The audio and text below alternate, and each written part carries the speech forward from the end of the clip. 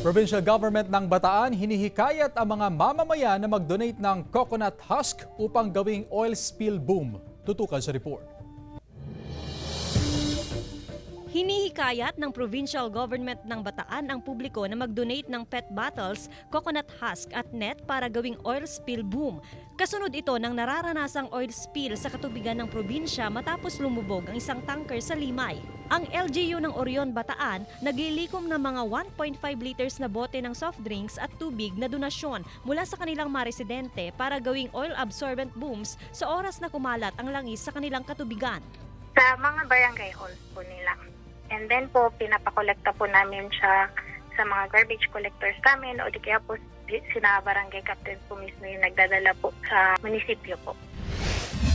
May nanawagan din sa social media para makalikom ng mga pinaggupitan ng buhok para gawing hair booms. Talagang makikita po natin yung pag-iral po ng bayanihan na kung saan nagkakaisa po ang bawat Pilipino, ang bawat tao, ang bawat kapwa natin na sa gagawin nilang paraan. Gamit ang tela at iba pang materyales, i-convert bilang hair mats at hair booms na panangga sa pagkalat ng langis ang mga nalikom na buhok.